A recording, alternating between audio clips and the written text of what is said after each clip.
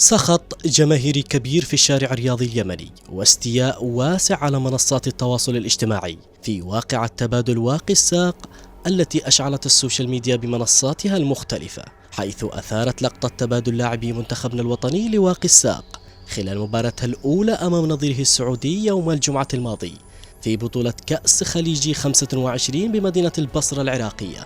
التقطت عدسة الكاميرات اللاعب عمر الداحي وهو يتبادل واقي الساق لدى خروجه في الدقيقة 84 مع زميله البديل علي عبدو الذي ارتداه على خط التماس قبل أن يدخل أرضية الملعب، لتتولد بعد ذلك حالة من الغضب لدى الجمهور الرياضي اليمني وانتقاد كبير لاتحاد كرة القدم لعدم تجهيز المنتخب الوطني بالشكل اللازم قبل خوض البطولة، مشيرين إلى أنها غير لائقة بمنتخب بلادهم، وطالبوا باتخاذ خطوات عاجلة لتوفير احتياجات اللاعبين.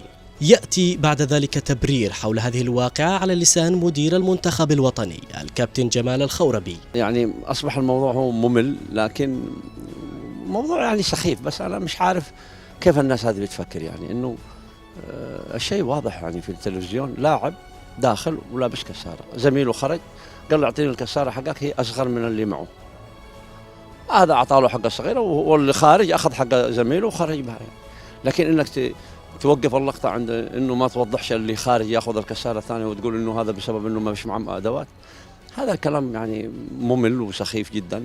تتعدد الروايات حول هذه الواقعة، لكن الحقيقة الواقعية تكمن بالأداء الفعلي على أرضية الملعب والتجهيزات المسبقة من حيث المعسكرات التدريبية التي تقام قبل البطولة، وكذلك التصريحات التي قد تقلب الموازين في بث المعنويات العالية في نفوس اللاعبين أو خلق فجوة كبيرة بثقة اللاعبين على أرضية الملعب.